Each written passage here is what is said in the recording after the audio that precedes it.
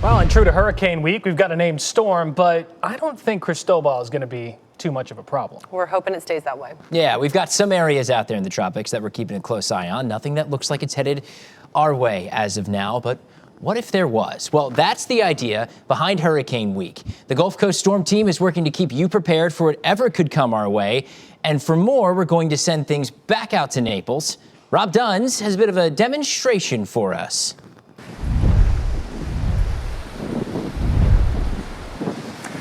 Sure. You know, our goal here with Hurricane Week at Gulf Coast News is a combination of education and preparation. Education and teaching you more about these huge systems that play such a big role in all of our life, and then preparation should another one come our direction. So at this gauge here, what I'd like to do is focus on the concept of storm surge and storm surge inundation flooding. That refers to how much deep water from that gulf is able to move onto what's normally dry ground. My great assistant here, Elise Chingari, is going to utilize our storm surge polls to help put into perspective what storm inundation flooding looks like. So from where we are right now on Naples Beach, if a hurricane was making landfall north of us and causing storm surge of 3 feet on Naples Beach, that's how it would be measured, 3 feet above ground level. If a bigger hurricane was making landfall north of where Elise and I are standing and causing 6 feet of storm surge flooding, it would already be above Elise's head and just about to the top of mine.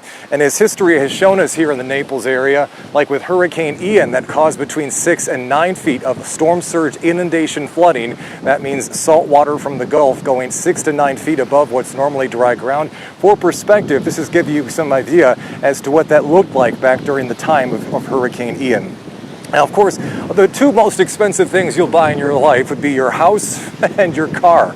We all know how much damage storm surge can do to your house, and there's no way you can move it, but your car is a different story. And the city of Naples actually allows 2 parking garages to remain open during hurricane events. It would be the North Garage, that one's located at 4th Avenue South and 8th Street South, and the city's East Garage, that's at 1st Avenue South and 12th Street South.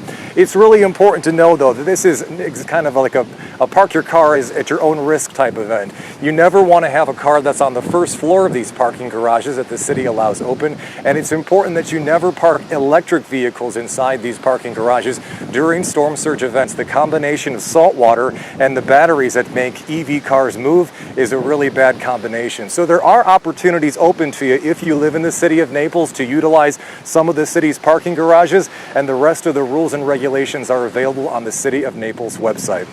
Now, of course, we're all keeping our fingers crossed that we won't have to bother with this kind of business here later on this hurricane season. But with the check of what's going on here in the backyard today on this very hot Wednesday afternoon, let me send things back into Gulf Coast News World Headquarters with meteorologist Jim Dickey. Jim, what's happening this afternoon?